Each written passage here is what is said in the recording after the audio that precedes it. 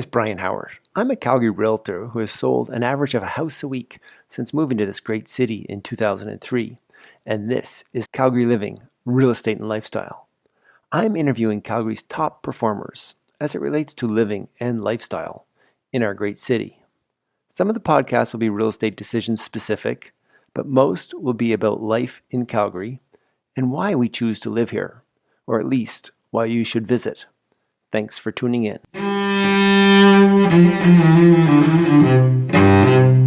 Well, on today's podcast, I had the great pleasure of interviewing my friend and my photographer, my real estate photographer, Julie Vincent. Julie is an incredible person, not to mention an award-winning real estate and events photographer. She's exhibited her work many times around Calgary and is currently working on an exciting exhibition, a new photographic documentary for 2020, which she gives us some teases or some hints of what it's all about in this interview. So I've known Julie for a long time. She has done many things, have reinvented herself along the way many times. She shares a little bit with us of her journey in not only from raising her three daughters who are all in their 30s at this point, which blows me away because Julie absolutely looks to be about 29 years old. And she, from her time in, her interest in, running and bodybuilding and pottery and all sorts of things. Julie has a fascinating story, has lived a great life in Calgary and continues to really get all the wonderful things out of Calgary and really enjoys all the different communities that she's very involved with. Well, I hope you enjoyed today's podcast and interview with Julie as much as I enjoyed speaking with Julie. And here we go.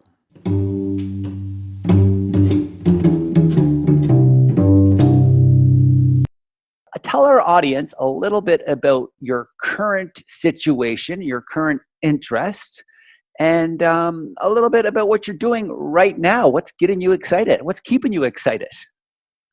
Well, most of what I do is photography, as you know. That's the bulk of the work that I do. I work primarily as a real estate and architectural photographer, which I will say I love. I don't really want to ever do anything else. It's quite fun.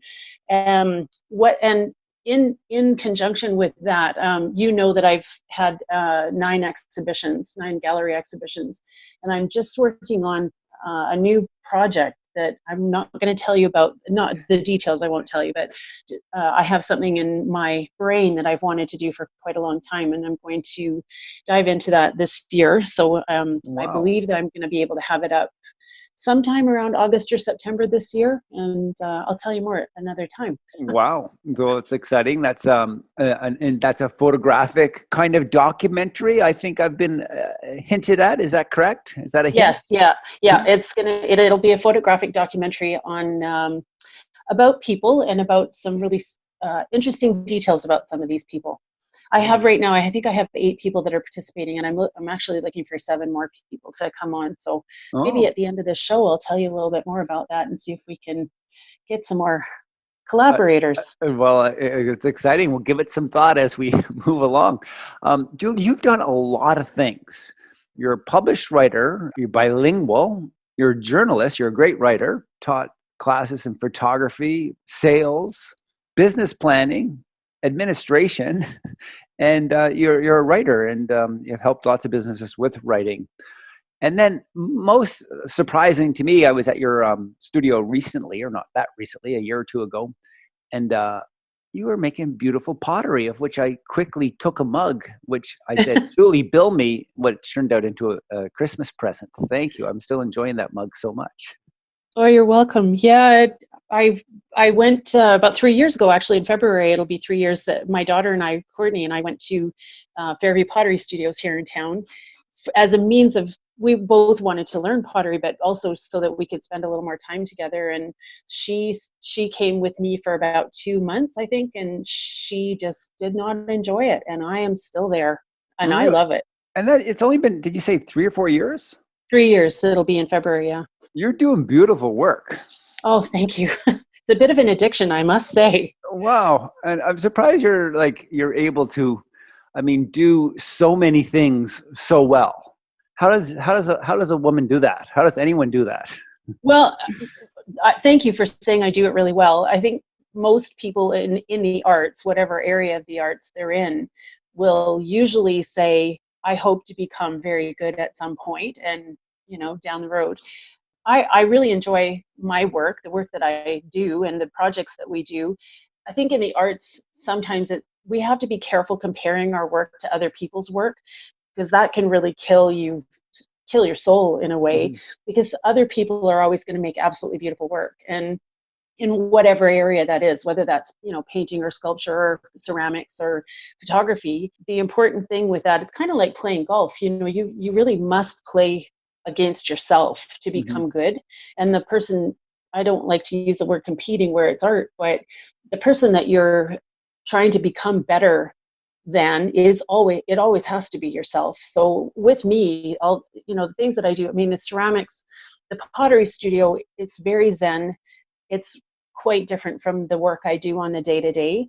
And it does provide me a bit of a community too. That, our studio, about 60 people that go to that studio over the 6 days that it's open. So for me, because I work from home, it's really important for me to have a means of, socializing with humans, because I am Mhm. on the internet a lot. And I will say, for the other work that I do, the photography work that I do, I really love it, and I really love the art side of it, and I apply that very much to the work I do with real estate. There are many shooters in my field in terms of real estate, and I approach the work that I do from the point of view of art. How am Right. I seeing that home and making that a beautiful thing? You could just do it as a rote, I'm just going to walk in and shoot this place and leave, and that's not the way I work. The difference is remarkable when you bring your work to a home. I see that. So first of all, we interact, on a weekly basis, or Mhm. certainly sometimes daily, and for sure monthly we interact. But it's mostly, it's like, hey Julie, we got to shoot, 1, 2, 3, whatever, Primrose Yeah. Lane, and it's a very technical kind of a job. But I know that you're going to bring your creativity to it, and the homeowner is going to be filled with warmth when they meet you. You're not just a technician as a photographer, but an artist. You have a lot of neat attributes that. Oh, thank you. With homes, where shooting a home is very different from just, the work that we do. Like when we go and shoot rodeos and things like that, we obviously do interact with, the riders and the Indian relay that we're doing, that we will continue to do. But when I walk into a home, I am really conscious of how I would feel having a stranger walk into a home. And because I'm in their intimate space, I think my feeling with that, being in that person's space, and because I'm literally invading their personal space, I'm very conscious of how I speak to them and how I approach their space and how I enter that space. And then not secondarily, but at the same time, I'm also really conscious of, well, again, I think about what would I want if I had a photographer coming in my house in terms of the product. How do I want to see my home? Do I want to see a bunch of photos that are up on MLS, or do I want to see the home the way I imagine that home? And this, working with people on the day to day like you do, people imagine their homes very differently than what that home might actually look like. Mhm. And I know that myself, because when I was beginning to learn how to do real estate photography, I obviously shot my own home, and it's amazing when you see the home. The way you see it in your head and the way you see it in the photographs are very different. So my goal is, as much as I can, is to go into that home, I do try and, create a rapport with that homeowner, and be able to understand a little bit about how they see their home, how they live in the home, what's important to them in that home. They're not always there. So sometimes I kind of have to create a scenario in my own head. And I consciously think that sometimes these people, even though they're not there, these people are watching me by some means. I'm going to treat their home well. I'm going to treat it with respect. I'm going to try and see what they see as important. I look at the way they decorate, the way they furnish, and how they might move through that home. And that's sort of how I shoot. And it's really evident. It's clear there's so much attention to that. Julie, as I was preparing for this interview with Shirley a little bit, and Shirley would say, you know what really interests me about Julie, and we're just communicating back and forth a little bit. You are a you're a very motherly type. Your kids are in their, I think, are they all out of their 20s or into their Yeah, 30s? my youngest actually just turned 30 last June. She'll be 31 Youngest. this June, so which is a complete shock to me, I must say. I don't And know what happened. like you started having kids, I'm sure, like at like 9 years old, if your youngest is 30. No, but thank you. No, my Courtney, who's my eldest, she's Courtney, she's our Yes. designer. Yeah. She I think I was 24 when I had her. She was born in 1984 anyway. So Wow. I wasn't a youngster, but You I'm weren't not. really, and but you certainly look like a youngster Oh, still thanks. today. And so that it's interesting to me that and a single mother most of those years. Is that right? Yeah, I was a single mom from when Courtney was, well, I had Courtney before I was married at all. Um, so I was a single mom with her until she was about 2.5. Hmm. And then I did marry. I was married and living in the same home as my husband for 8 years. And then he and I parted ways. And I was still married for a total of 13 years. But Hmm. after he was gone, I was a single parent, for a number of those years. My partner now, Jason, and I have been together for 23 years. So I say single parent because Jason isn't my children's father, but he's Right. been very much their dad and in some ways. And it's interesting too because Jason's in a very creative field. Jason works in film, and he also works with us. He does our video walkthroughs and our VRTs. Sorry, I should say virtual reality tours, Hmm. and a lot of video production for us. So my girls have grown up in this environment of being around creative people. And when they were little, I actually used to work with the Liffey Players, which is an Irish theatre company here in the city. I was their publicist for 5 years. So my kids literally, and I mean it, I'm using that word on purpose, my kids literally grew up in a green room in the back of a theater for Wow. 5 years. And so they, I don't know, they're literally theater brats. There were times when we were, I was doing a show and I'd be doing publicity for it. And I also used to do makeup and hair for some of these productions. So and I was a single mom, so my kids would be in the theater in the green room hanging out with all these actors and just all sorts that goes on at green rooms. And now as adults, they all remember that very fondly. Wow. Where That's at the time I was feeling very guilty because it would be 10 and 11 o'clock and my children would be asleep underneath the counters in this theater. wild. Interesting. That's great. As we talk a little bit about, I mean, I maybe like to come back to Julie and how your role as a mother to your own kids actually has changed, say, like, maybe in the last 5 years, and how you might see it coming in the next 10 years. And I'm actually asking and thinking about that selfishly, as my kids are, in their more early mid-20s. And we just think of Yeah. it as you, like, though, in our own business and with our own clients, you have this creative element. You have this very focused. You are very diligent on times and a matter of fact, and then and you're so motherly to myself and my wife in a lot of ways.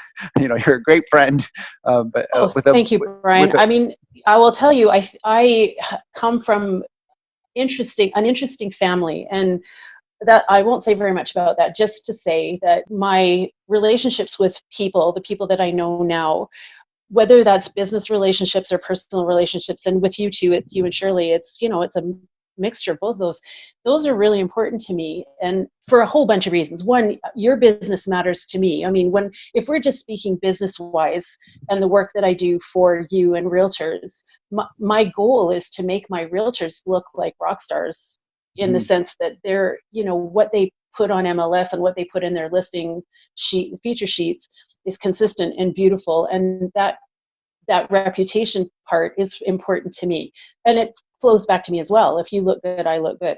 But more than that, these friendships that I hope I've created with the realtors that I work with are really important, because I want people to be comfortable around me and comfortable sending me to their clients. And I know that those clients, well, you and I will both know that in the years that we've done this, I've been doing this for 10 years, it's not rare when a client is selling their home for not the most happy reasons.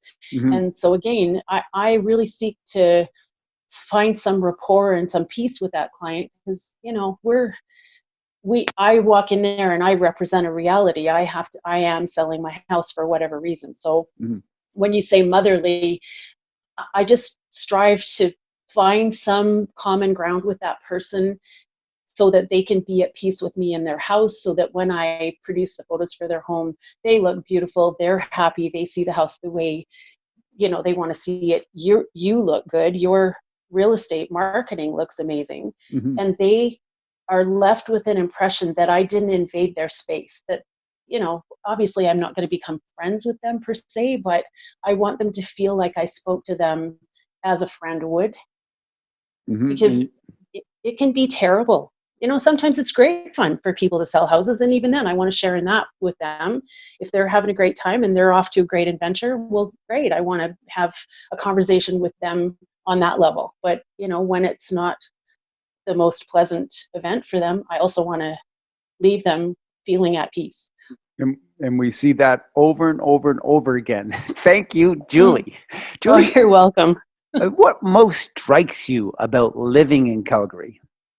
Oh gosh, I love this city, and I will tell you, I've lived abroad, and I've lived in other cities in Canada, but I've also lived abroad, and I've loved living abroad. I lived in England for a total of about 3.5 months. I lived in Montreal for 3.5 years, and I absolutely loved Montreal. I love everything about that city, but this is home to me. And even when I think, oh, I'd love to move to somewhere else, and I never say I'm going to move to somewhere else, period.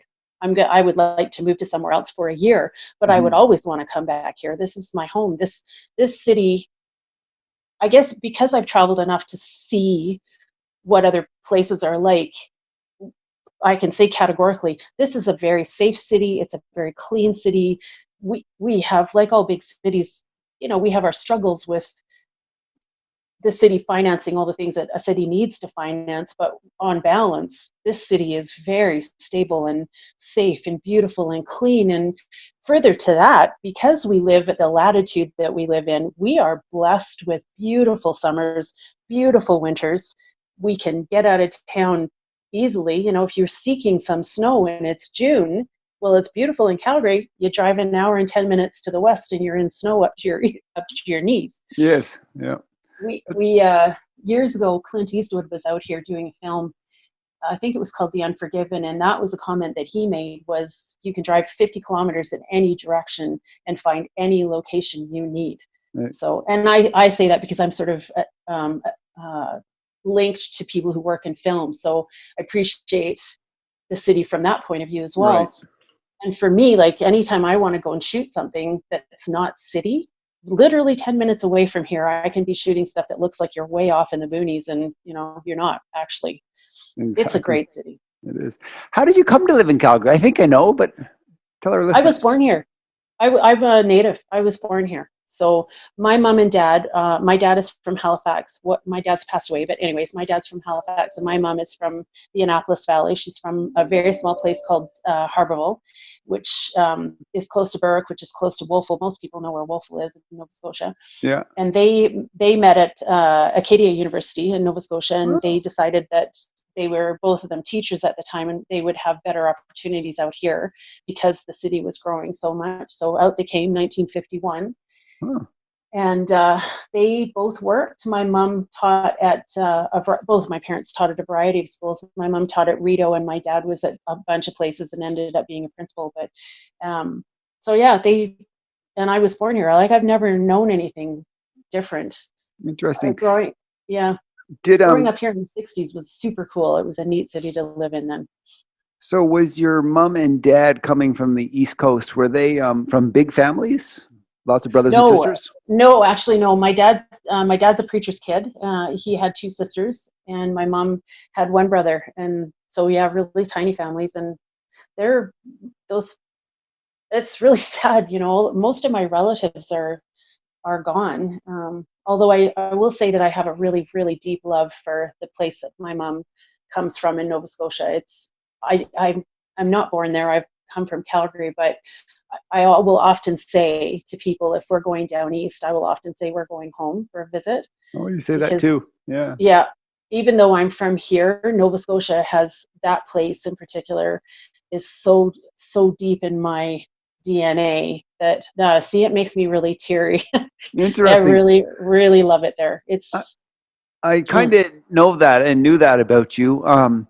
Although, so I like that. The reason why I asked if both your mom and dad are from big families, as you know, I'm from the East Coast as well yeah. as Shirley, and like I tried to move to the West in the sort of early '90s, and Mm, then we got when Robin was our oldest child was, I guess, conceived, and Shirley was pregnant. The draw off the East Coast back home was like Shirley certainly felt that, and we moved back to the East Coast in the yeah. early '90s, and moved to Calgary again in 2003 for the economy and the Alberta advantage. And so the reason I sort of asked the question is, did your parents have a draw to get back to the East Coast? Did they come for work? And then, like many East Coasters, come to the city, and then many, I think more than half, don't stay. They come for a few years, Yeah. make some dollars, and head back. And Yeah. Well, I think with my dad, he his dad and mom had moved out here actually also. So with his dad being a preacher, he moved around quite a bit. I think my dad was born in the States, but because his dad was a preacher, and at the time he was born, he was considered a Canadian, and he never had an American citizenship. So they went from, I think it was called Woodbridge, New Jersey, if I remember correctly, came back to Halifax, and then they came out west. So my grandfather, who I never met, actually, he passed away right before I was born. The last place he was a minister at was at Penticton, I think First Baptist in Penticton. So they were here, and my dad's next older sister was also in Calgary, and then his eldest sister was still in. Was in PEI. Her husband was a doctor there, and they couldn't move easily.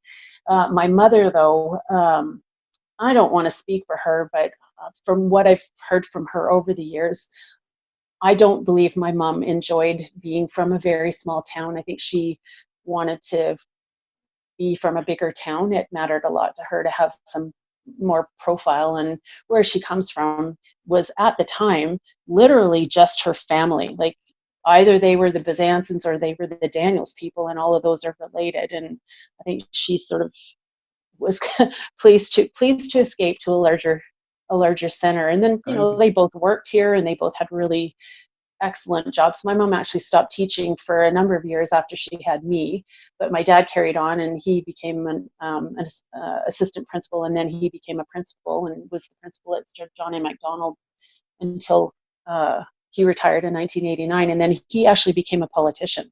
So Oh, yeah, I don't think I know they both loved home, but I don't think either of them ever sought to go back, because they would not have had the life that they had here.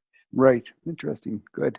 And tell me, what is it that you most love about Calgary, and what don't you like about Calgary? What do I most love about the city? I just feel so at home here. Being born here, and I live in a neighborhood quite close to where I grew up also. So I live in Altadore now, and I grew up in Kingsland, and we bike back and forth between there. So I don't feel like I'm very far from home ever. The work that I do takes me all over the city. So, and I think I'm a little unique in that way. Most people, I don't think, drive too far out of their sort of local area. Like they're either at home or they're at work, and they may not be driving all over the city. But by virtue of the work that I do, I drive all over this city, like from the farthest reaches that are not even on Google Maps yet. So I feel very much like this whole city is my home. I feel Hmm. very comfortable here. I really love it. I really appreciate all the amenities that city has to offer. And because I've worked in the arts, and because I've worked in theater, and because I'm an exhibiting artist in terms of being a photographer, I just know how really cool our art scene is, and the music scene here. I have great friends who are musicians that either are from here or come to this city, and they love to play here. The city, Calgarians have this really weird habit of being late ticket buyers. So you might not feel like you're getting anybody to your show if you're a musician. But then 4 or 5 days before your show goes up, you'll be absolutely sold out. It's just the weirdest phenomenon. We saw that in theater too. And I love that too, because that's a very Calgary thing. The other thing that I know is the case, and we hear this a lot with people who are moving here or buying a house here and moving into a bigger house whenever, is that Calgarians are, it's like being in a small town. People know each other here, and it's weird how well people know each other and how connected we are, even though the city is, what are we, 1.2 something million people? You're You would think you were 1.250, yeah. Yeah. So you think, we hear this all the time. We had neighbors across the street here that had come from Toronto about 5 years ago. And then we have neighbors beside us that have just moved from Toronto about, oh gosh, not even a year. And beside them who've moved actually from Iran. And all of them have said, oh my goodness, this city is so friendly. Like, we know people here and everybody seems to know each other. And this is a phenomenon that is very, very Calgarian. And I love that, that you Nice. can, who do you know? Like, being from the East, often people will say, what's your mom's name, or where are you from? Because they're trying to connect you. Yeah. And that, I know, is not the case so much in Edmonton or Toronto or Vancouver. But here, people are like, oh, who's your mom? Or what community do you live in? Or what high school did you go to? And that's just I love that about Calgarians. Is, Nice. this, if we're talking about amenities, Calgary has 30 something odd kilometers of bike paths. That's phenomenal. Like, it's almost the largest number of kilometers in North America of bike paths. That's super cool. We don't have a beach, but we have Sukhumi. That's really nice. We have all these river pathways. We have these beautiful, huge dog parks there, which, are quite uncommon in other cities. I don't know. Where else are you going to live? It's a really nice city. Absolutely. Is there anything you don't like about Calgary? Ask me that in the middle of February when it's minus 30. Exactly. Okay. And Julie, tell me about your interest in real estate. Or maybe these are obviously you have I know you have interest in real estate. Yeah. But what were some of your first real estate decisions? And maybe how did that play out for you? When I was a kid, I still remember this. My mom and dad, I don't know why they did this. It was probably the time. But anyway, they bought this huge expanse of green shag carpet in their living room. And I remember laying in the carpet with the Calgary Herald wide open, going through the MLS listings that at the time, obviously I was a young kid and there wasn't any internet at the time. I don't know. I don't know why I love it, but I've always loved it. I love going through real estate listings and looking at homes and how the write-ups are done. I don't know. I love it. And our first house, so the house that I live in now, we rented this home, and there were renters downstairs in this house, and I don't think we actually intended to stay here. But one day the owner's mom came by, and she was in the front garden digging up the roses that are there. And I went out and I said, oh, what are you doing? And she said, oh, they're going to sell the house. We're going to take the roses out. And of course I panicked because I had a small baby and I was pregnant and I didn't want to leave. And we bought the house. We asked the owner and his wife to come over, and we sat in our living room and bought this house face to face, like that. Wow. And I've never left. And I think about it all the time, but where are you going to go? I live in a really great city, and I live in one of the best neighborhoods in the whole city. That's a bit fascinating to me that, you're a renter in this neighborhood. And how long had you been renting? And then all of a sudden they want to sell. And why were you in a position to buy it? You're a renter. Why did you have it sounds like you're working in the arts somewhat, maybe a single. Well, yeah, but I was married at the time. Like, this is my first husband and I, we did intend to buy a home, and that was always in the plans, but this just happened. Like, it was just so random that this mom had come by to take these roses. If she hadn't done that, this house might have gone up for sale, and we would have been potentially scrambling to, what are we going to do? But, it was always in our plan. And keep in mind, this was 33 years in April that I've lived in this house. What year was it you bought it? My math is 1987. 87? Yeah. Wow. So this big crazy crash of 82, which you lived through Yep, and remember. And so yep, prices were just maybe starting to sort of stabilize or increase maybe a little bit. Is that yep, what was yep. happening? We paid, can I tell you? I'd love you to tell 1980s, me.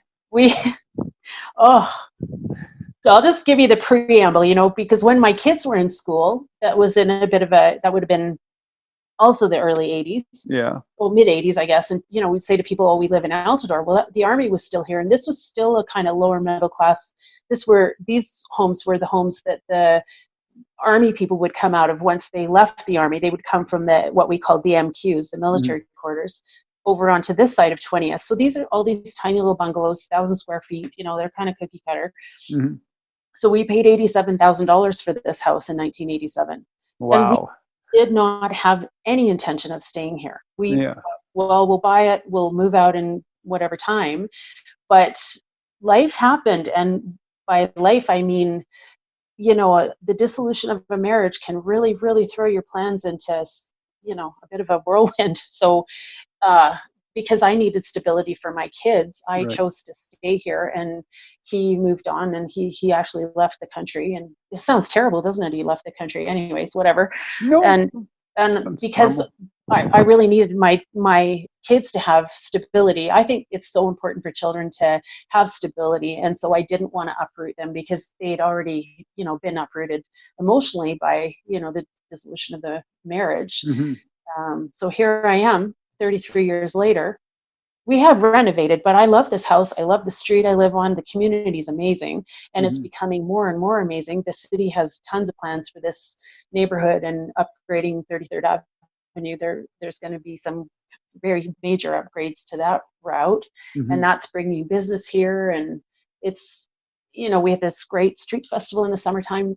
I don't know where I would move to. Right. We've been looking for 10 years, and we still haven't found anything that we like as well as here. Interesting. So, if you don't mind, Julie, I'd like to ask some more questions regarding your own.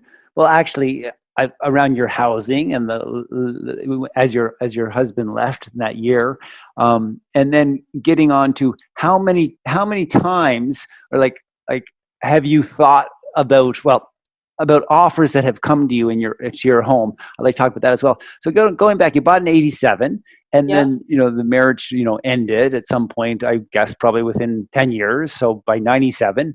And so, when he was leaving and then, the divorce was happening, did you have to, what happened then? Like, how did you guys determine the value of the house and how were you able to keep it and maybe get him off title? Can you We just share were that with us? Sorry. Yeah, we were actually fortunate, I guess, in context. We were fortunate that we had the home, which had its value, and then we also had a bunch of investments. We're just about equal in value. And because I very much wanted my kids to have stability, I had to represent myself in court. That was interesting. Mhm. I learned a lot in that particular period. But anyway, the ultimate result was he took everything that was an investment, and I kept the home because they were of equal value. Mhm. And we could have decided to liquidate everything, but again, my kids having the stability to stay in their home and in their school and with their friends, that was really important to me. So I really fought, and I will tell you, I fought for 8 years to keep everything. Good for you. uh, yeah, it was an interesting time. It's funny. I look back now and I think, oh my goodness, I had so much moxie, and I didn't know I had it at the time Yeah. because you're in it, and you're kind of you have to just do what you have to do. And I will say I apply that to business too. Yeah. I'll come back to that in a moment. But anyway, so he took all the investments. I kept the house, and unfortunately, I guess I will say I have a little compassion for him because that period of time, the economy was, doing what it does in Alberta, and it was in a trough. Which was And what year roughly when you think of that time? Was it early 90, well, 92 maybe? yeah, I think 94 was, Okay. so there were those investments, and as investments do, some are great and some are not so great, and some that are great become not great. So you never really know with that kind of, financial instruments. But the house was accruing in value all this time, and those investments were not doing terribly well. And you know, there beyond my kids having stability, there was no planning and there was no nefarious thought on my part. I only Yeah. wanted my children to have somewhere to live. But I'll tell you what, if you had told me when we bought this house in 1987 that, this many years down the road, it would have accrued to this point, I would have laughed in your face, Right. And so because you just can't imagine. two questions, and you don't have to answer them. You can tell me to buzz off. When you were in, say, 94, do you guys remember what you valued the house at roughly? Like maybe it was just Oh, rough. Would you, like, you, maybe, you bought it for 87, I think, 87,000, yeah. 86 or 87. And then, I feel like around that time I feel like it was about 160 is what I remember. I had to produce paperwork, obviously, in the oh, you think contest. So even then, you it was valued it like, that high? It almost doubled, really. yeah, exactly. Well, we had to have somebody come and assess the value of the home, because all of that Right. was, that's all that sharing of assets thing. And Right. so, yeah, You think it was and about yes, 160? yeah, it was about 160. So even in that little period of time, it had accrued quite a bit.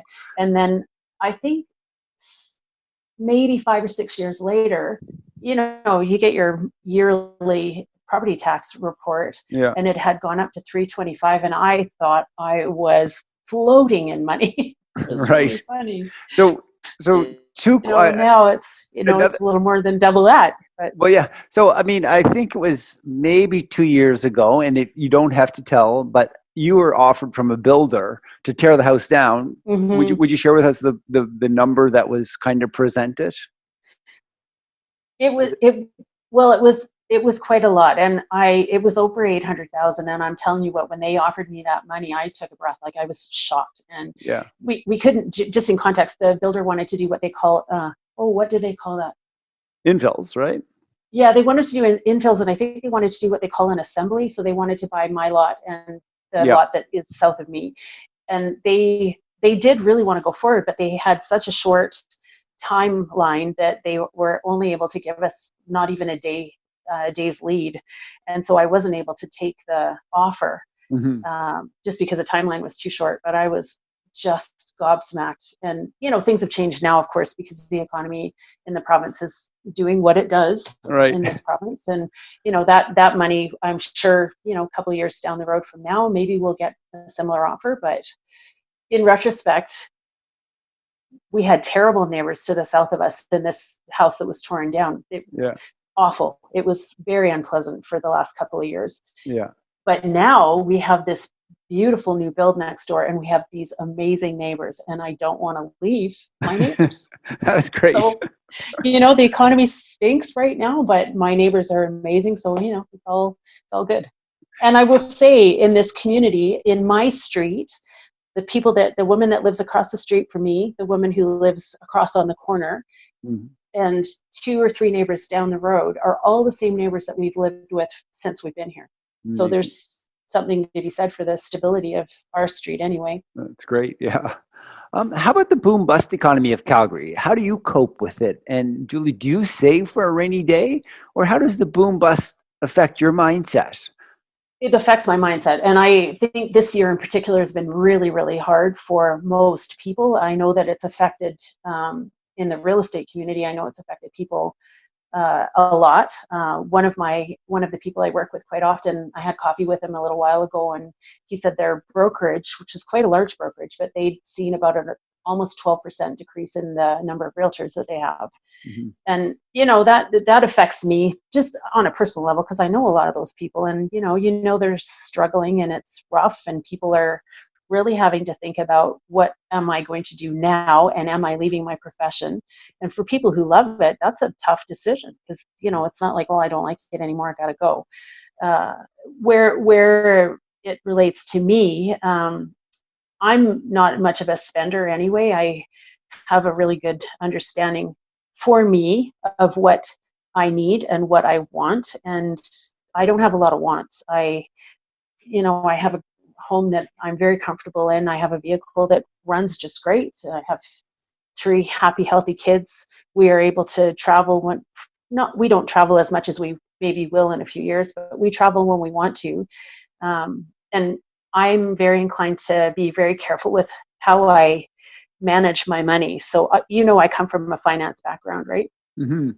Absolutely. So when I was, in banking, and when I was doing mortgage lending, part of our job in that field is to counsel people, about good money management practices, and obviously I have to take my own advice. So what I did when I took over the mortgage of this house, I got what was then called a duplex mortgage, where part of it is your mortgage and part of it is a line of credit, and I Hmm. use that as my banking. So that's my bank account. So every bit of money that I make comes into that bank account. Everything that I need to pay every month, so utilities, I don't have a mortgage anymore, but anything that comes out of that account. So it's always in a positive balance. And I'm a saver. And my dad and my mom were depression kids, so we Hmm. got the message. I was great, and I was interested, and I kind of wanted to get to the question. So, Julie, you ended up buying that house that you live in 1987, Yeah. and you're in it now, and recently in recent years offered 800,000. It's mortgage free, and I was kind of wondering. Actually, I think I knew the answer. Had you ever refinanced it throughout the years to like take 300 or 500,000 out and buy a cottage or a Well, mountain house, or yeah, you never did any of that yeah. crazy stuff, or buy a boat? Yes. Well, yes, I have two answers to that. So my mortgage, I'm mortgage free, and I'm mortgage free thanks to my dad, who was, like I say, he was depression kid. So his um, his idea of money management was save every penny you can possibly save. And when he passed away, he had, he structured his finances so that I and my sisters would be at least mortgage free. So Mm. I'm, as much as I'm very sad not to have my dad, I'm grateful for his planning. But where it comes to a mortgage free home, I also come from a time financially where there was mortgage fraud happening. So, 15, 20 years ago, unfortunately, that was a part of our market. And one of the suggestions that our experts made was, if you have a mortgage-free home with no financial instrument attached to it, it's much easier for somebody who is nefarious to attach a financial instrument to your home without you knowing. Whereas if you have a HELOC, a home equity line of credit, Hmm. there's already something attached to that home, so it's really quite difficult. This is not a feature of, it's not as much a feature, that kind of fraud is not a feature of the marketplace like it Today. was. Hmm. But I took advantage of that. I had equity in the home, so I put a line of credit on it. And part of it was I was just building my business, so I wanted to make sure that if everything crashed and burned, that I wasn't going to starve and lose my home. Then I didn't really use that line of credit for very much. I did some renovations in the home and put it on that line of credit, and then I paid it down and didn't owe anything to anybody.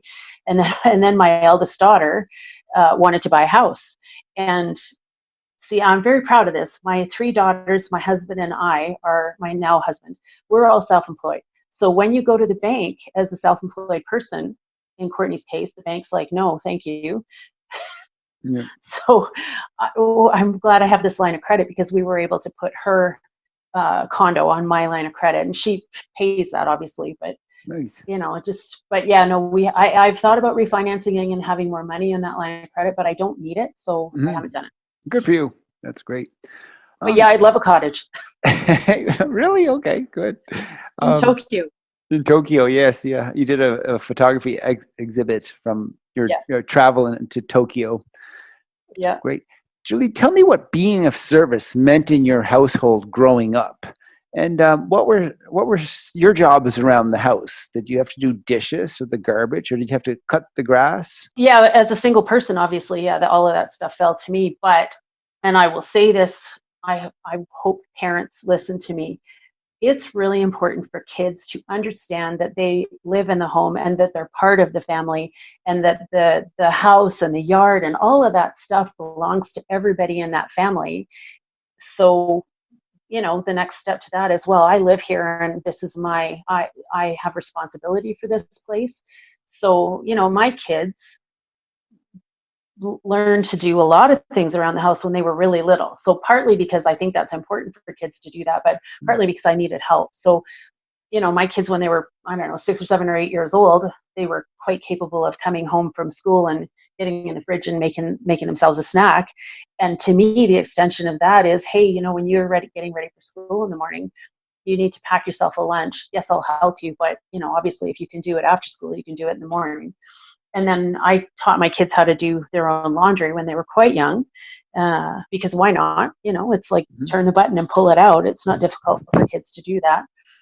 Nice. And the dishes was just, we didn't have a dishwasher either until about 10 years ago. So, we always hand washed dishes. And because I didn't come from this in my own home, chores were all very traumatic because there was a lot of not pleasant stuff going on, related to that. But for my kids, I just wanted that, after dinner dishes. Well, that's a social moment. You can have a half an hour. They're all girls. You can have, half an hour chewing the fat with your sisters. Do people say that out here, chewing the fat? Yeah, I think so. I don't know. Is that East Coast or it's definitely? I think that must be an East Coast thing. But, I just kind of raised my kids in an environment that, it's not a chore. I don't like that word. I think there's a negative connotation to the word chore. It's like, hey, do you guys want to do the dishes? Yeah, I'll leave you alone. You guys can, if it takes you an hour to do dishes, I don't care. Do whatever you got to do. Right. But that whole sharing of the environment and the home and, the chores, the jobs that go with it. I never let my kids do the lawn though. Like I remember when I was really small, there was somebody that we knew. I was really small, but I heard this story that somebody's kid had been out mowing the lawn and they pulled the lawnmower back over their toe. Oh. Yeah. So I was like, you guys are not touching that lawnmower.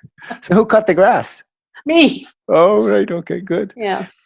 So this is I think this is a funny question, but I like the question and I don't know why I like it. Let me ask you, how are being of service and marketing related?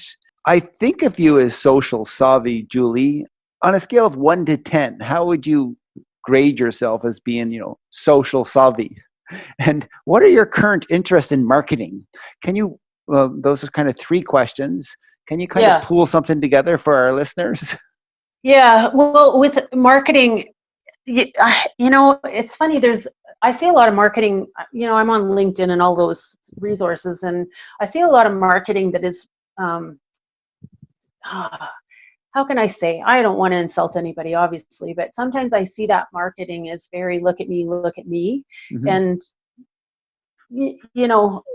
there's only so many times somebody who's promoting a business can say, hey, look at me. Whereas I hope very much my underlying goal with my own marketing is to say, yeah, I'm the vehicle. Yes, I've made these photographs, but I'm not really who it's about. Mm-hmm. These people that I am doing work for, and I mean the realtors and the builders and the homeowners, that's who it's about. They must look good. Nice. They have to look good. Your reputation as a realtor is, when I say you right now, I'm talking about people who are in real estate. Mm-hmm. That reputation is all you've got. And if that goes away, that is very difficult to get back. So my role with the realtors and the builders that I work for is to get in there with them and build that reputation and make sure that reputation is at a certain level, that isn't one that the homeowner is going, well, if I can be specific, I don't ever want to hear the homeowner going, yeah, those photos were okay. That's not good enough for me, because it's not good enough for you. Mm-hmm. I want the homeowner to look at the photos and go, wow, I'd buy that home, even though they live there. That's because that makes my realtors look like rock stars. They go, people look at that and they go, this guy or this gal always has these beautiful images. I'm going to pick them. It's the first thing people see when they start looking for a home. They're going on MLS and that's the first thing they see. Great. So that marketing piece is really important for me. And it is about me by extension, because yes, I'm a photographer, but my goal always when I'm shooting is, these are going to look great. This realtor is going to look great. This homeowner is going to be happy. Who's in that pipeline after that? Interesting. I'd like to dig in there just a little bit more. So we talked earlier in the interview about, I think of you as being very kind, but kind to me is, motherly as well. And, it's of being of service. So I see how you are like, in all your work, whether it's pottery or, writing or photography, I see you as being a service.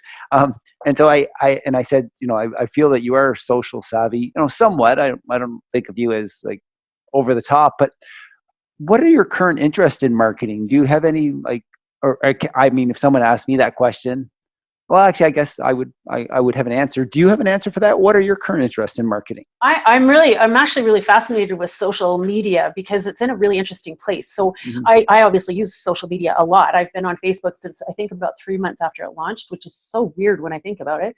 Like, what was I doing with my life that I was on Facebook way back then? I've been on Twitter since I think also about 3 months after it launched. So I don't really consider myself an early adopter, but it seems I am regardless. But those platforms, where it relates to my own business, I could not have launched my business without those platforms. Because I didn't have the money to spend on marketing. So right now I'm really interested in how social media is morphing and how, different players are coming into the market, like this TikTok. I don't know very much about it at the moment. But, where we're moving from static Facebook, people making posts and, oh, this is what's going on in my life, and Twitter, where people are engaged in these very political discussions. It seems like Twitter's morphed into that. TikTok is now becoming, sort of very visual. Instagram is, in my opinion, it's kind of devolving into a really ad-based space. So I don't know how much I love that. But as, somebody who works in a visual medium, Instagram is still really important to all of the work that I do. I run 5 different feeds in Instagram, and I would say that I'm very interested in that right now because this relates to me specifically and people who are in creative arts. That visual space is a really, it's simple. It's a really great way to promote your work. And by extension, the work of, what my realtors are doing. But yeah, I think, in terms of marketing, I always have to keep an eye on what is present in the market, what's coming into the marketplace, what's leaving, what's changing. So Facebook, as a case in point, on the social side of that, I think people have become quite distrustful of it. But on the business side of that, Facebook is a powerhouse for businesses. So I've really changed, how I use Facebook. I don't really use my personal Facebook very much. I mean, I go in there and see what's going on with my kids and my cousins, but I don't really post a whole lot on that side. But on the business side, man, those Facebook ads, my partner Jason, he's with the Real Estate Investment Network, and they talk a lot about these, and I'm getting a lot of this information through him. But their opinion is that Facebook, for real estate in particular, is a great vehicle. Advertising is quite inexpensive on Facebook, and it has a huge reach, and so that's important, for me, I'm kind of mining all of that and seeing who's on there and who's well, to be blunt, I really pay attention to who is not using a professional photographer and who is using a professional who, in my opinion, might not be up to par. Right. Interesting. Good. So. Julie, you are always pushing the envelope. You're always doing something sort of fascinating and cool. You seem to reinvent yourself lots. Yeah. And the thing that I find really funny, not funny, or maybe actually I was surprised at to learn. And I would like to hear a little bit about your experience through that. It seems like it's, you're on to the other things, but it wasn't that long that you were, I'm going to say, maybe in fun, I'm not sure it's completely true. It's not that long ago that you were winning bodybuilding contest. I didn't win, my friend. I didn't win. You know what? And I'm somewhat joking when I say win, but tell us a little bit about why you signed up and what it was, and experience doing it, and how long were you at it, kind of thing. Well, I mean, way back in the day, my sister's a personal trainer, so there's context for that. She's done that since she was 18, and I have always been in and out of the gym my whole life.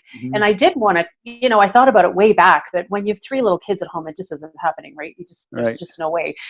Partly, well, anyways, the food thing is a real big, you got to feed your kids. You can't starve your kids. It's not allowed. Yes. So, it was sort of sitting in the back of my head for all these years. And about 6 years ago, my youngest daughter became engaged. And there was a really interesting situation with somebody I was working with at the time, and I just had this moment with this person where they looked at me. This person was quite a bit younger than me, and I know that younger people sometimes are they don't yet know that, what you look like physically is not an indicator of anything, really. Hmm. It Hmm. doesn't indicate how good you are at your work or how bad anything. But this person looked at me in a way, and I went, oh wait, I just had this moment where I went, oh, this person doesn't respect me because of how I look. And how I looked at the time was about 50 pounds more than what I weigh now. Okay. Also at that time, my daughter became engaged and there was a wedding coming up. And sorry, this is so dumb, but it is what it is. And I know I'm not the only person who would think like this. My ex-husband was obviously coming to this wedding. So in my head, I'm like, well, this person looked at me the wrong way. I don't like how I look. And oh, he's coming to that wedding. I'm not going to turn up looking like this. Oh, So wow. That's yeah, what happened. Okay. it's so base. But underlying all of this was, I sort of thought about doing a competition for years. So I hired a gal who's a friend of mine now. I really love her. She's just a couple of years younger than me, and she's a very, very winning bodybuilding competitor. Mhm. And she trained me, and I lost a whole pile of weight and became really, really strong. And that was it for me. Like, that was my goal. I wanted to, be healthy and look good at this wedding. And you were And ripped, and you well, I did. was. I think you did an event, didn't you? Or a I did, yeah. competition? Yeah. Yeah, Nice. because I said to her, I'm not going to do this, I just want to train like I'm going to do a competition. And she finally looked at me one day and she said, you are going to compete. And I'm like, no, that's not my goal. And she goes, no, you don't understand. You are going to compete. I'm so Oh, glad. am I? I'm so So glad she made she, you do that. And then, and tell me, like, and I'm really happy that she did. What was it like for you to yeah. compete then? Was that like exciting, or was it awful for you? What happened?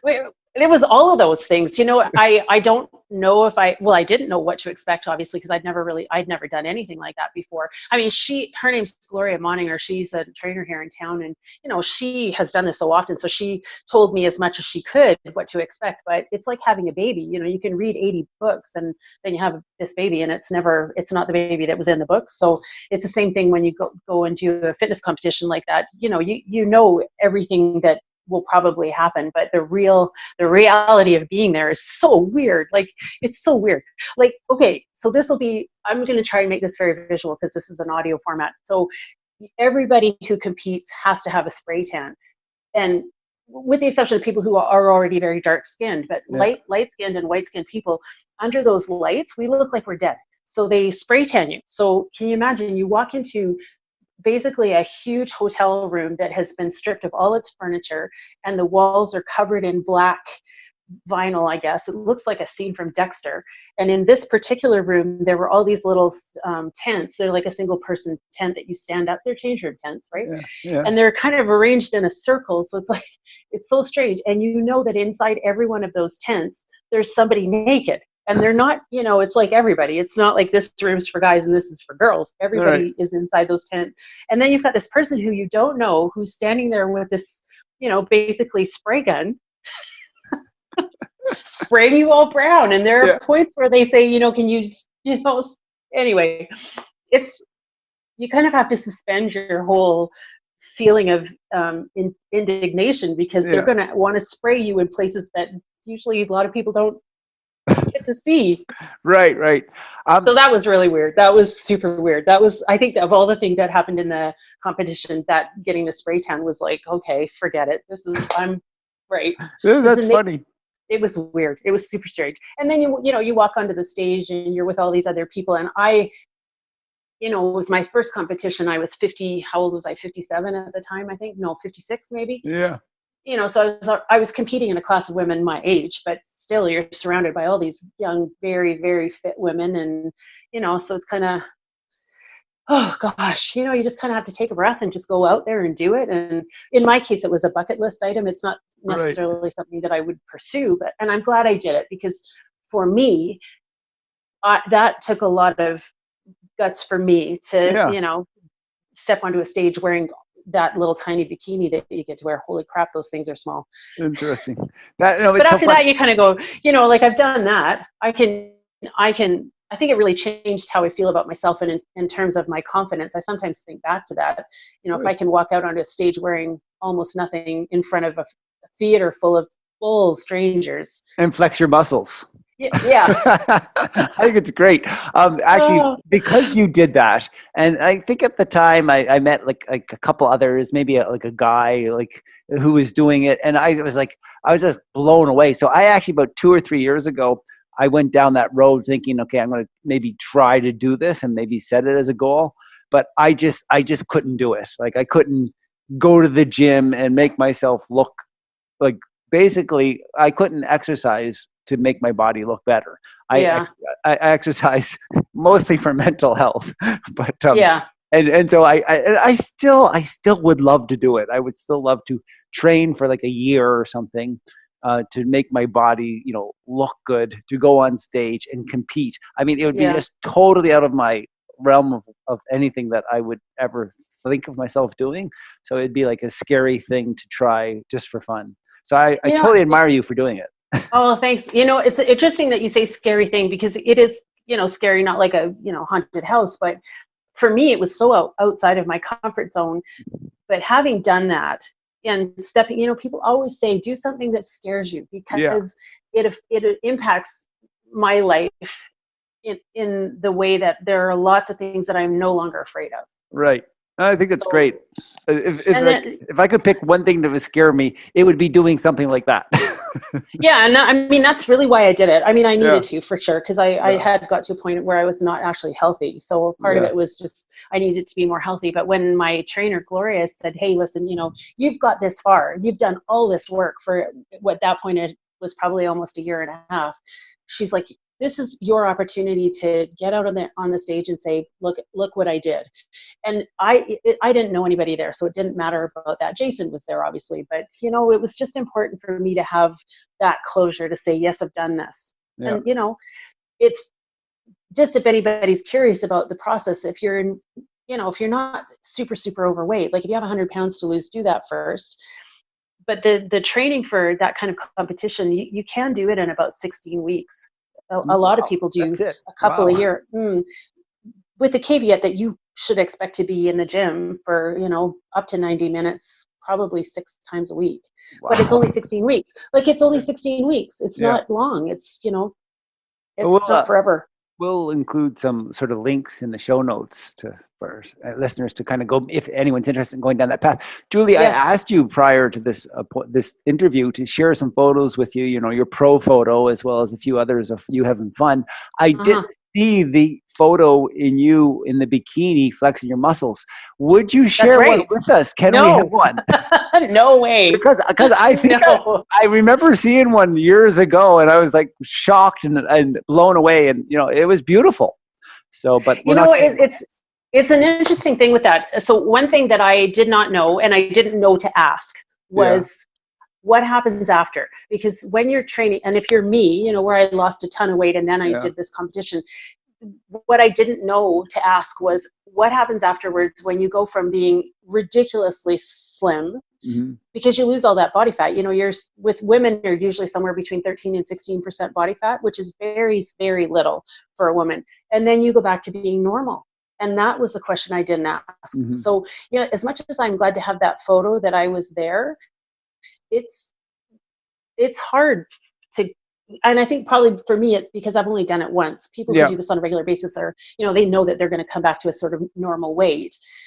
So for me, it's like, oh yeah, I did that, but it's Interesting. it's Well, done. that's interesting. I think it was last night or could have been 2 nights ago. Shirley, claims that she's carrying a few extra pounds, and she read from somewhere, I don't know, internet. She's at a healthy weight for a woman, like this is in the last 2 days, 48 hours, is 29%. A body fat weight is, I mean, and that, to Wow. me, that seems right. Do you have any idea? Like, I'm definitely not the expert to ask on that. My yeah, my trainer would definitely. My sister Ruth Ann is a trainer. She would know that. She's my sister's. So this is the other thing. I have a sister who's an Ironman competitor. yeah. So just being Joe average is like, oh man. All Uh, right. yeah, but yeah, they would know better than me. I don't know what, sort of an average, they call that BMI, body weight or body BMI. mass index. Yeah. Yeah. I don't know what the average, and I do know that that varies for age, and sometimes that varies for height, sometimes that varies for ethnicity.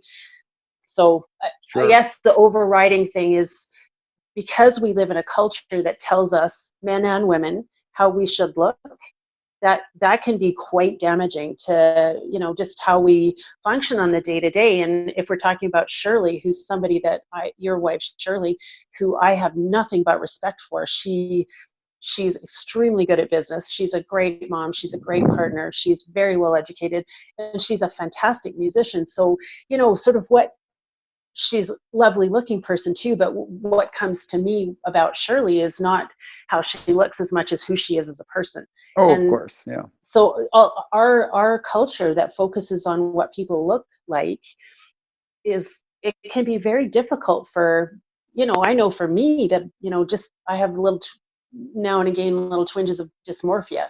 And I think that's very common in our culture, because there's so much focus on, you need to look young, you need to have no wrinkles, you need to have no Mhm. lines, and here, buy this Spanx so that your body doesn't look like a normal female body.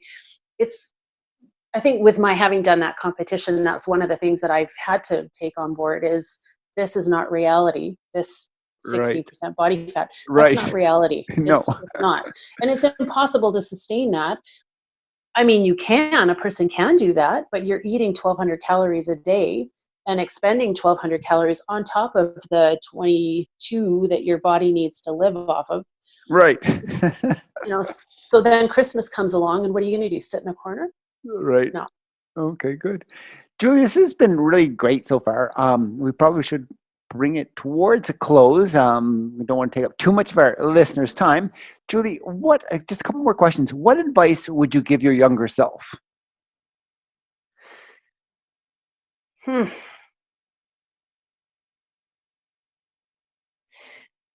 I don't know what advice I'd give my younger self. I think I will say what I have said to my own girls, my daughters, is, do what you love. Other people may not like what you do, or they may think you should do other things, but do what you love, because that is the bottom line. You can do a job that you hate, that, for instance, makes you a ton of money, and then you retire and you have a heart attack and die the next week. Or Mhm. you can be like us, all three of us, or sorry, all four of us, my three daughters and I, we're all self-employed. We all do work that we really, really love. We're maybe not going to be Bill Gates tomorrow, but Mhm. that doesn't matter to me. I think, do what you love. Find something that you really, really love to do, and do that. And yeah, if you're self-employed, for sure, you're going to have weeks, and maybe if it's 2019, you're going to have a year that's going to be a bit of a cliffhanger. But I Right. love what I do so much that That's great advice. Good. yeah, just find something that you love and that you can become good at and you can be proud of, and find something that is also going to provide for other people. Like, I'm not saving lives here, I know that. Well, I don't think so, maybe, who knows. Mhm. But I love what I do, and I know it matters to the people I do it for. Absolutely. Yeah. Really giving to your community and everyone around you. That's Yeah, wonderful. yeah, yeah. Is there, and just a couple other questions. What profession other than, your own and the things that you've done would you like to attempt? You're always meeting interesting people in your work and is there a profession that you thought, hey, that's something I might have been interested Huh. in trying? If you had asked me that 10 years ago, I would not have had a different answer. I wouldn't have had an answer for that. But if it were now, and somebody came along and said, I'm going to give you $100,000, go do something that you want to do in addition to photography, I Mhm. would go into emergency medicine, Interesting. Wow. trauma medicine. Wow. Yep. Hmm. I freaking love that stuff. Or paramedic or something like that. I don't know what's happened to me in the last, I don't know, 5 or 6 years, but we've had a couple of incidences recently. I think about 3-4 years ago, Jason and I were driving home from Stampede one night at about 11 o'clock, and there was an accident right ahead of us. Mm-hmm. And I said to, it was like an IKEA commercial, stop the car, stop the car. And I got out of the car, and this kid had been hit by a vehicle. He'd fallen, and he went to sit up, and the driver didn't see him. They thought it was a bag that had gone in front of the car. And so the driver just pulled away at a green light and hit him hard enough that it smacked him down onto the pavement. And I found this out later on, that it actually shattered a couple of his vertebrae in his lower back, and he was paralyzed. Anyway, I jump out of the car. I see this kid laying under his car. He's, passed out, and just one of his arms was sticking out. And the driver and his wife were obviously panicking, and this kid's friends were trying to pull him out from underneath the car. And I don't know what happened, but I just went into, do it mode, and you guys get away. Somebody called 911, and it was, I don't know, it just was cool. Neat. Good for you. That's very interesting. Yeah. Well, Julie, how can our listeners get in touch with you? How can we find you? What's your, is Instagram a way? What are some of the ways people can find you? Oh, the ways. I have so many ways. If anybody who's looking for me, if they look up Julie Vincent Photography on the internet, they'll find me, and they'll find my Instagram for the photography stuff. I also run an Instagram called Pro RE. Hang on, I got to look it up. Pro RE photos. I'll send it to you so that you can put them up. RE. So Pro RE meaning real estate. Yeah, Pro RE photography. Yeah, I'll send you the link so you can put them up. But yeah, I have a couple of real estate. My Julie Vincent Photography on Instagram is mostly a photo blog, and it's a little more personal. And then I have my real estate feed on there. And then I obviously have something on Facebook, and I have another site called Shootproof. So, but if anybody is really looking for me, Julie Vincent Photography, they'll find all my stuff easily. But yeah. Excellent. Well, and we'll include links on all the show notes. Julie, cool. Any parting thoughts? Anything else that any calls to action? Anything that you're like our listeners to do, or any actions? What else? What do you want to leave our listeners with today? Oh, well, I'll start here, Brian. First of all, I'd like to say thank you to you, because do you remember how you and I ended up working together? Not really. I don't remember. Oh, well, you took a listing right next door to me, and you were the third realtor for that place. And I called you and I said, I'm going to shoot that house. And I did. You remember that? So, yes. Yep, absolutely. I just would love to encourage people in this industry and in real estate industry to really think about, if this were my house, how would I want it to look? How would I want to feel about my images? And who am I going to call to get that to happen? Because I'm that guy. I'm very careful with, I'm quite picky about what my listings look like. So, but that's the bottom line. If this were my house, how would I want it to look? Who am I going to call to get that? And it comes out every time. Julie, thank you so much for being on our show. I think there'll likely be a part 2 down the road. Oh. Maybe around the more photography and your, maybe your next project. And it sounds, you mentioned a little sneak hint in the beginning of the show. I did. You thought any more about giving our listeners any more teasers on that? Yes, I think I will. So, good. Jason, this will be my 10th gallery exhibition. I did with a really good friend of mine, Chris Tate. He and I did a show called Tripping the Streets Fantastic. That was a 6-year-long international project where we traveled all over the world and shot stuff. And then Jason and I have been following Indian Relay, which is a fantastic sport. If anybody's interested in that and they want to know, I have photos of that all over my personal blogs. This particular project I'm doing is called SCAR. I work with the military museums here in Calgary as a volunteer photographer. And there are, as people won't be surprised, many people who are veterans there who carry scars, physical scars, and sometimes, a lot of times, mental scars. And they are often well documented, those stories. What isn't documented, though, is just Joe Buddy, like regular civilian folks who have had things happen to them that result in physical scarring. Mm-hmm. So I'm going to do a documentary project called SCAR about, physical scars and how people get them. Hmm. the stories about those scars, the scar affects that person's life, and how it affects their life, sort of out in the world and their relationships with other people. I have, like I say, 8 people right now, and some of the stories are. One of them is hilarious. It's absolutely hilarious, and one of them is I met with the person and their accident happened 40 years ago, and they're still very emotional about it. So, these stories about things that we don't see easily of other people. And it kind of follows on my feeling that you never know what's behind the door. Mm-hmm. If you're looking at somebody, you don't know about their life. And especially if they're not a military person, you don't have any expectation of them having had something catastrophic happen to them. So there you go. It's called Wow. Scar. I would love to find, another 7 or 8 collaborators to come on. So if anybody is interested in participating in a documentary project, I'd love to hear from them. Interesting. Well, great. Well, we'll certainly please reach out to Julie if you know someone, listeners. On that note, do you still have something at the library, the newest downtown library? Is there an exhibition still there of yours? No, we exhibited Indian Relay over June and July, which Oh, okay, that's we done. have. All right. Yeah, we're so grateful to the library, the Central Library, for hosting us there. They hosted us over the Indigenous Heritage Month, Mm-hmm. so we were really, really pleased to be in there. And then we re-exhibited that show in November. And when did we exhibit that? We exhibited in October and November at the Peanut Gallery, which is in the lower level of Fluvox Shoes on 8th Avenue. Oh, okay. And we've been asked to submit a proposal to the Denver Art Gallery, which is huge for us. So Wow, that's about exciting. that show, yeah, she's really terrifying because jeepers, that's a big museum. Do you know where Scar will exhibit? Yes, you probably don't. Yes, we haven't had a firm commitment from the place that I think it will be first, but we're looking at a really cool location. I won't say where it is until they say yes to us.